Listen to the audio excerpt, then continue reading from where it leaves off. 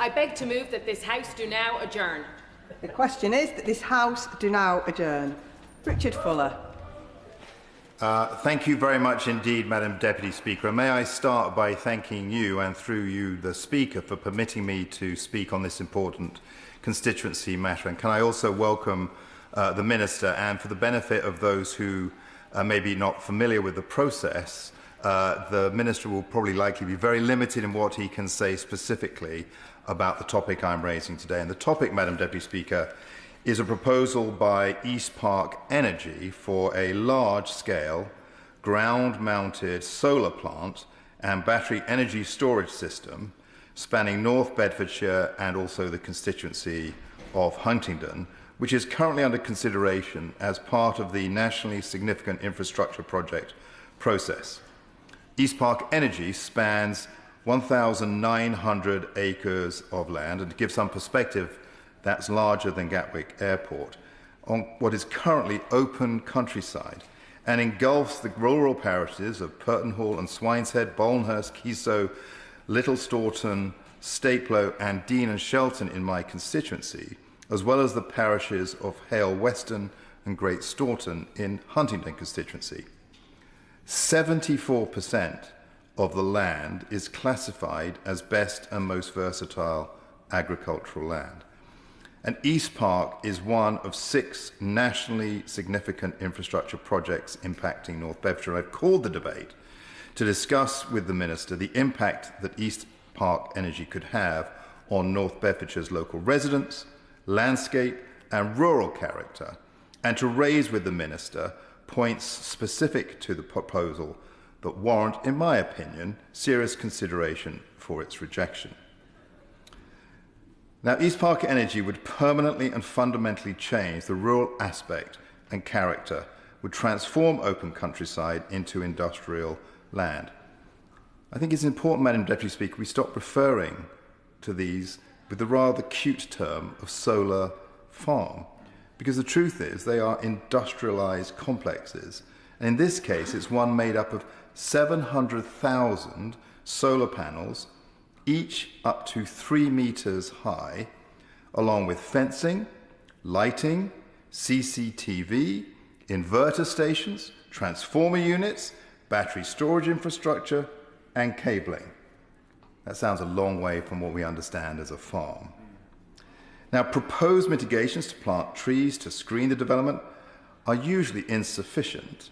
Even if planting to screen the panels succeeds, it will take years for these trees to mature, and even at full maturity, large parts of the site would still be visible due to its topography. This will be a huge, permanent, unmissable, miles-long change to the local environment of this part of England. It won't blend in with the existing environment, it will crush it. Now, it is important to say we're not against solar farms in general in Bedfordshire. In fact, we have 44 solar farms already operational or proposed in both Bedford Borough and Central Bedfordshire, which are the 2 local authorities that traverse my constituency. But this specific proposal is different. Now, given my interest in financial matters, I hope I'll have the discretion just to make a couple more general points, Madam Deputy Speaker, about finance of solar farms, which I know the Minister will be aware of. First of all, with these large solar plants, it's important that we know that we're paying the cost of capacity, but not of output. That excessive capital costs are excessive because of the inherent process inefficiencies in solar farm. That's fine as long as it doesn't end up on the public purse, on investors, but ultimately investors look for return, so indirectly it does end up on us. Second of all, we're paying for the cost of variability of output from solar plants, the hidden cost of changing the national network to cope with this new factor of energy production. Thirdly, it's important that we note that we're paying the cost of buying energy produced, but not necessarily needed or used, and therefore paying essentially for wasted energy. Now, in addition to those points, which I know the Minister will be aware with and have already factored in, the combination of solar-generated energy with energy price arbitrage via battery energy storage systems, in my view, fundamentally changes the economic case for solar, and certainly from a public benefit point of view. Returns to investors will already be supercharged by the addition of new capacity in the form of battery storage. It's a very significant additional investment. But that additional investment only makes sense financially when the purpose is to arbitrage energy costs, producing energy at low price points to sell at high price points. And that isn't really the intention of trying to get low cost energy. And also, Madam Deputy Speaker, the overall structure of the contracts, which the Minister inherited from previous administrations, and just speaking as a business person, it directly encourages maximum financial leverage. That means taking on as much debt as you can in order to maximize returns to investors. And as we've seen in other areas, particularly with Thames Water, the problems that we have when we see parts of our infrastructure, public infrastructure, with the amount of leverage that can be put up and then essentially returns privatized, losses socialized. I'd just be interested in the Minister's observations about that. So can the Minister advise if the government has put in place or has plans to put in place a limit on the debt ratios that large-scale solar plant operators can carry? I did a quick check. I can't see that's in place at the moment. I'd be interested in the Minister's thoughts about that. Tied to that point, again from a financial point of view, Madam Deputy Speaker, is my own understanding about corporate and political risk. In the case of East Park Solar, I am concerned about the corporate history and about financial viability. That's no disrespect to the business, but merely to say that they have no prior experience in developing or operating such large-scale solar projects. There are substantial issues of project failure or poor management, and therefore the risk that the current developer might sell it on to somebody else with a whole new set of investors, a whole new objectives. And I'd also be interested, the Minister may not be able to speak about this, but at least one political party in this House has raised the risk about stranded assets, that they might cancel projects in the future. Now, that really is an issue that the government should be taking on board and putting into its consideration, not because they agree with it, but if there is such a change in government, then it is the people of North Bedfordshire in this instance that will be left with those stranded assets, and of a scale, essentially 3 miles that way and 3 miles that way, of solar panels with no economic return and no financial viability to remove, because I don't believe, and again the Minister will correct me, that there is a requirement for an escrow fund to be put in place for the removal of plants should a business go bust. So can the Minister say what weight is placed on the historical experience of applicants for these large-scale plants in having had experience of installing and operating such plants in the past? Does it factor at all or not? Now, in many of the debates, and I've reviewed a number of these debates, Madam Deputy Speaker, the issue of best and most versatile land has come up. The Minister must accept that at 74% of land area, which is the proposal of East Park Energy, 74% is best and most versatile. That's a pretty high proportion, well in excess, I think, of almost every single plant that's been adopted or accepted today. It's a generational loss of arable land.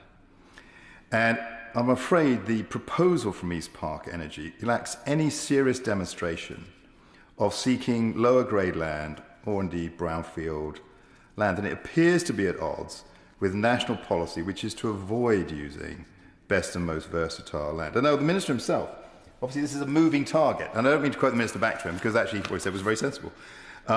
He said in debate on the 15th of May of 2025 that I'm not going to put a figure on it right now, but we have clearly said that it is important to find the right balance when it comes to best use agricultural land.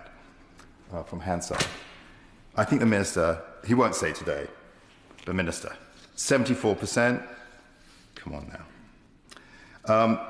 So can the Minister advise if the use of best and most versatile land of a proportion of 74% and at the scale that is East Park Energy will be an issue of weight in the appraisal? I don't expect you to say yes or no in terms of whether it's right or wrong, but when ministers have said in the past, in previous debates, that it's important not to use best and most versatile agricultural land, that food security is important, and then gone on to say, but solar will only take up 1% of land, it implies both that it matters, the use of best and most versatile land, avoiding that, it matters not to use it, but also it doesn't matter.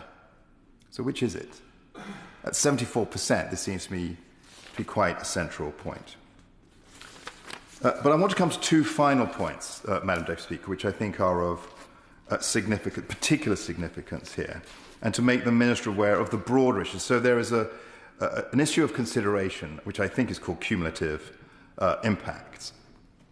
So I want to put on the record what this proposal for East Park Energy will be coming into in terms of the local context of North Bedfordshire, my constituency, and the surrounding area more generally. So, Minister, the first thing that you should be aware of is that Bedfordshire, for the last decade or more, has been growing in terms of housing growth at between 2 and 3 times the national average. If you look at the census of 2011 and census of 2021 and look at the number of households, essentially in my constituency and that of my colleague, the Honourable Member for Mid Bedfordshire, the level of housing growth is 2.5 to 3 times the national average. As he will know, that's great for the country, but it does put a strain in terms of what is going on with infrastructure around it. Second of all, Bedfordshire has 6 nationally significant infrastructure projects on the blocks right now. That's a huge, huge amount. So to enumerate them for the Minister, right now, Black Cat Roundabout, the A428, which is in the direct area of East Park Energy, that is the country's largest ongoing road project, due for completion in spring 2027, there or thereabouts. Second of all, East-West Rail, that is the country's 3rd largest railway project, proposed to drive a line between Bedford and Cambridge, cutting through the constituency in my North Bedfordshire constituency. Thirdly, Universal Studios. This is the most significant inward investment that the country has, one that started under the last government, supported by the opposition at the time, and now brought home by the government and supported by the opposition today. 10 million visitors a year with all the people movements that entails, and also the ancillary development that will come around that. Further away, Luton Airport expansion to facilitate that, a doubling in size from 18 million to 30 million passengers a year. And then very specifically, a new settlement in Thamesford. Madam Deputy Speaker, Thamesford, as I say in this House, is currently a village of 400 residents and 7 sheep. The government is highly likely this year to take forward the proposal from the New Towns Commission that Thamesford should be the site of at least 40,000 new homes. 400 residents to over 100,000 in land that encompasses and abuts and maybe embraces land for East Park Energy. And on that specific point itself, it seems to me you can have one or the other, but you can't have both. And with that, I'll give way to my honourable friend. Thank you. Thank my honourable friend for giving way and for raising this debate this evening. He's giving a very thoughtful and important speech, and he has spoken eloquently about the cumulative development in both of our constituencies. And of course, that's putting both central Bedfordshire and Bedford Borough under significant strain from a planning perspective. Does he agree with me that it would be important for the government to support our local authorities so that we think holistically about these developments and so that we make sure that our landscapes are protected, that our local communities are listened to, and that to the extent possible we can secure the agricultural land that we need to secure food security into the future? There's a reason why we have so many farmers in Bedfordshire, and that's because we have fantastic agricultural land. Wouldn't it be a waste to build on all of that land, in the case of this East Park Energy, on the altar of net zero?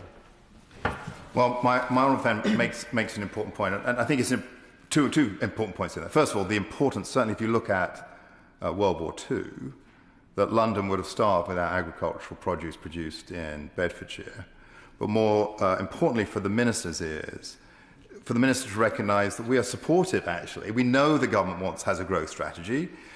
We may have different disagreements on national economic policy, but we want to do our bit. And in fact, the people of Bedfordshire are doing their bit and a lot more. But the minister appreciates, with so many projects happening all at once, at some point those things are going to break, and my honourable friend makes an important point about that.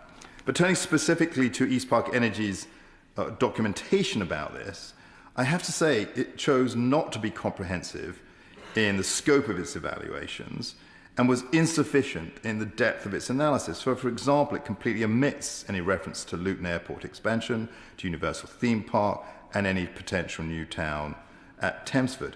It dismissed the need for an assessment of Black Cat on the assumption that construction would be finished before East Park Energy starts. But there will be consequential effects, including further construction from the change of Black Cat roundabout.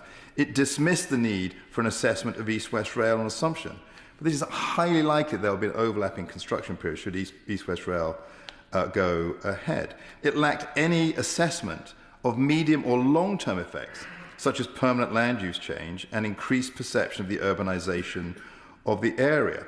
It provided no consideration of the over-concentration of solar development in North Bedfordshire. We're part of the 1% Club, my constituency, which is constituencies where over 1% of the land area will be covered by solar panels. And it ignored the impact of overlapping construction periods that it would be adding to for 2.5 years or 30 months. So just imagine all this traffic going different, building Universal Studios, getting construction because we want to have shovel in the ground and start building at Thamesford if the government decides to go ahead with that. Trying to build East-West Road, just completely ignored that. So from the point of view of actually understanding the impact of what it is going into, the proposal presented fell short very significantly indeed. And finally, Madam Deputy Speaker, before I yield to the Minister, as I said, I fully know that the Minister is very limited in what he can say about specific projects, and that the Secretary of State himself would not be able to comment at all given his role. As I mentioned briefly to the Minister earlier, I'm perhaps in a small minority on this side of the House who has agreed with the Secretary of State on some of his criticisms of past energy policies, even though I may not agree with everything in terms of his remedies. So I hope the Minister will understand that this observation comes from a positive place. Madam Deputy Speaker, the role of the Secretary of State or his designated minister in making a decision is a crucial step in an evaluation process. It is a step that the public must trust is one that assesses each proposal individually on its merits, not just on overarching goals. There have been 12 solar panel DCOs for evaluation since July 2024. Each of them have been approved. So I would encourage the Secretary of State, for those who may be old enough, not you, Madam Deputy, but certainly me, to remember the Oklahoma musical, where there was a song, "I'm just a girl who can't say no." Now, it's a very old reference, but I'm very old. But the importance of that, Minister, is my encouragement to the Secretary of State to avoid any caricature that he can't say no. Because in the case of East Park Energy, my personal view is that there are considerable and specific reasons why he can say no. Minister. Thank you, Madam Deputy Speaker, and can I congratulate the Honourable Gentleman first of all in bringing this debate tonight, and actually, although I disagree with some of what he said, the tone of his remarks I think are particularly welcome, and I'll respond to some of his points, but given the time I won't be able to respond to them all. I do want to make a general point to begin with, which is that I appreciate many of these issues, and planning issues in particular are always contentious. I think we all know that as members of Parliament, these issues are raised regularly. I hope I've always given the impression that although we might make decisions as a government that people will disagree with, that I always am keen to hear the points that the honourable gentleman has raised and that other members do, and I want to continue those conversations. Helpfully, the honourable gentleman said at the outset that I won't be able to comment on the specific application that he references, and it's worth just for those outside the House just being really clear about why that is, that this decision will come before my department for a decision. I personally, as the Minister with a policy interest in this, don't see the papers for these decisions, and I'm not engaged in that. My noble friend Lord Whitehead usually makes these decisions, or my right honourable friend the Secretary of State. But it is important that no minister that has a role in this speaks about the specifics, and I know the honourable gentleman understands this. However, I do want to talk in more general terms around how we make sure that solar projects, which are really important, are rolled out sensibly and sensitively, and I think that's really at the heart of many of his remarks. First, I do want to just take us back slightly to the bigger picture here about why solar power is so important in the first place and why it's at the heart of the clean energy mission. We know that at the moment energy bills are still being set far too often by the cost of gas, and renewables, and deploying renewables faster than we have before is the way that we reduce our dependence on volatile fossil fuels and protect bill payers now and into the future. It's also the economic opportunity around how we create thousands of jobs in communities right across the country, and of course, as a government that still cares deeply about tackling the most existential crisis the planet faces, the effects of climate change that we see all too often, and I'll return to this point later, are not something we can put off to tomorrow. They are hugely important that we tackle now, and so this mission is critical. And the reason that solar is right at the heart of this is that it is by far one of the cheapest renewable energy sources that we can deploy, and it's able to be deployed at scale, and so it is critical to our mission. Now, our aim in the Clean Power Mission is to achieve at least 45 to 47 gigawatts of solar by 2030. We're at around 22 gigawatts today. And so if we're going to deliver that, a combination of ground-mounted solar, but also a rooftop revolution as well, and I'll come back to that point, we do need to deploy rapidly. But at the same time, we also have a commitment to doing so sensitively for the communities that host that infrastructure, and making sure that those communities also gain a benefit from hosting it on behalf of the country. Now, if I pick just some of the honourable gentleman's substantive arguments, first of all, the question of how we balance the need for this infrastructure across the country and the fact that it has to be somewhere with the adverse impacts that communities face, but also the potential benefits that communities face from hosting some of this, is exactly what the rigorous planning system we have is about. The views and interests of local communities are key to that, and I know the honourable gentleman has engaged in the process in the specific one and has made representations already, and he will obviously encourage his constituents to do the same. That feedback is hugely important, and people should feel like that has a serious role in the decision-making process, because it does, and therefore it is worth participating in that process and making those submissions, turning up to those meetings. It really does matter. The planning process itself obviously considers many of the issues he raises: visual amenity, protected landscapes, land use, food production, safety, and traffic conditions in the construction of them. And it does require, in the nationally significant project system, that considerable community engagement is undertaken before a decision is made. And the level of that engagement and the quality of it is considered during the decision-making process. And it is a mark down for these projects if it's not taken seriously. The honourable gentleman raises the really important point about cumulative impact, and I agree this is a really important issue for us to wrestle with. Now, I don't pretend that we have a single answer to this, but the idea that we should plan holistically, I think the honourable gentleman made the point earlier, to make sure communities are not facing multiple projects and all the cumulative impact that comes from that, is something we want to tackle. Now, there are two ways we are doing that. Of course, I'll give way. Just so I can be on the record, when the Minister talks about cumulative impacts on projects, the point I was trying to make is one consideration is solar farms and cumulative impacts. The other is there's a lot of other types of infrastructure going on. Could the Minister be clear that it include cumulative impacts include consideration of both? I'll come to that point. Part of the wider work we're seeking to do across government is to holistically, strategically plan where infrastructure is built. The land use work that DEFRA is doing, for example, is about looking at the whole of the United Kingdom and making sure that we've got a plan in place for what future land use is so that all of those things are taken into consideration. But I'll come to that point in just a moment. I just want to focus on the legal requirement around a cumulative effects assessment, which is set out in environmental regulations. The government has published advice which summarises the process for undertaking that in relation to NSIPs. And the wider point that he raises around the cumulative impact of housing or universal studios or transport is also really important. My department obviously has an interest particularly in how we plan the energy system, but we are seeking to work much more broadly right across government. And the land use consultation, which DEFRA launched, closed in April of 2025, and the outputs from that and the regional workshops that have been undertaken are now being analysed. And that is the first time we've really had a national holistic plan to bring all these things together. The second point from an energy perspective, which is what I'm responsible for, is the Strategic Spatial Energy Plan, which is the first time in our history that we will plan strategically the energy system that we need and make conscious decisions about where do we site energy infrastructure so that we are not needlessly building the grid infrastructure that goes with it. So we are building next to where we need it the most, reducing that impact on communities and really taking into effect that the cumulative impact of those. We should have been doing this a long time ago, and I don't blame any particular government for this, but we have rolled out a huge number of renewables projects across the country without doing any of that strategic planning, and I think that is a huge failure in the past. And of course, as a result, we're now spending huge amounts of money building the grid to connect it. We have to do that, but it is a shame we didn't plan it more strategically in the first place. But we start from where we start, unfortunately.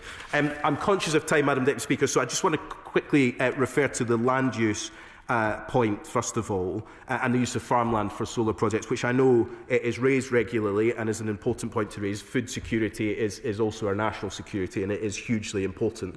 The planning policy does make clear that wherever possible, developers should utilise brownfield, industrial, contaminated or previously developed land. Now, I understand the point he made about the particular site, which I can't comment on, but he helpfully quoted me to me, and helpfully I still agree with me, which isn't always the case. But I'm not going to put a specific figure on it for obvious reasons, but there is very much a determination in the process that we should be using lower quality land wherever possible, but that doesn't mean that we can always do that. And I think we do need to realise that there are projects where that's just not possible. But if we zoom out just a little bit, Madam Deputy Speaker, even in our most ambitious deployment scenarios, only 0.4% of UK land would be devoted to solar in 2030.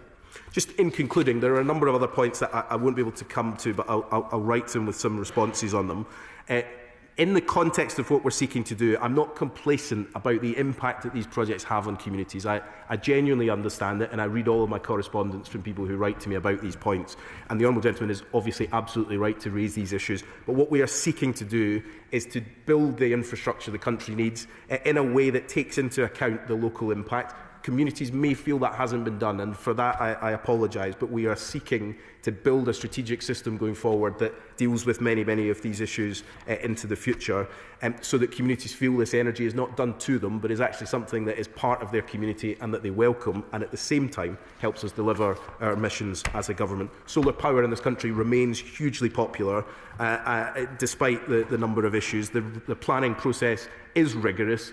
There is not an automatic yes coming out of the planning system. We look very carefully at every single one of these applications. They take a huge amount of consideration, and it is important that communities feel that and that they know that these applications are taken seriously. And if they don't feel that, then we have to do more as a government to make sure they have confidence in that system. But as we deliver this clean power mission, solar will play a really important role. We want to bring communities with us, and I commit to doing more to make sure that that is the case.